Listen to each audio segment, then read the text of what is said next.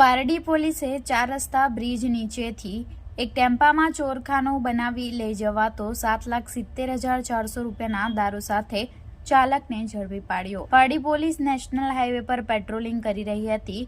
મોટા પ્રમાણમાં દારૂનો જથ્થો પકડ્યો છે। મળતી વિગત મુજબ પારડી પોલીસ મથકે ફરજ બજાવતા પોલીસ કોન્સ્ટેબલો ખાનગી રાહે બાતમી મળી હતી કે એક આઈસર ટેમ્પો નંબર MH04MH5970 નંબરના આઈસર ટેમ્પો દ્વારા વાપીથી ધરમપુર તરફ ગેરકાયદેસર રીતે દારૂ લઈ જવામાં આવી રહ્યો છે, જેના આધારે પારડી 4 રસ્તા બ્રિજ નીચે નાકાબંધી ગોઠવી હતી। ત્યારે શંકાસ્પદ ટેમ્પો દેખાતા પોલીસની ટીમે તેને રોકી તપાસ કરી ટેમ્પોની કેબિનમાં પાછળના ભાગે બનાવેલા ગુપ્ત ખાનામાંથી ભારતીય બનાવટની વિદેશી દારૂની કુલ 2,448 બોટલ, જેની કિંમત 7,70,400 નો જથ્થો મળી આવ્યો હતો।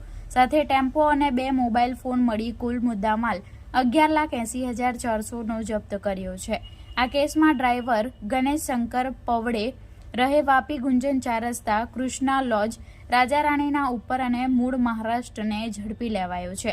આરોપીએ પોલીસ સમક્ષ ટેમ્પો એક અજાણ્યા ઈસમે વાપી 4 રસ્તા ખાતે દારૂ ભરાવી આપી તેને ધરમપુર પહોંચી ફોન કરવા જણાવ્યું હોવાનું કબૂલ્યું છે।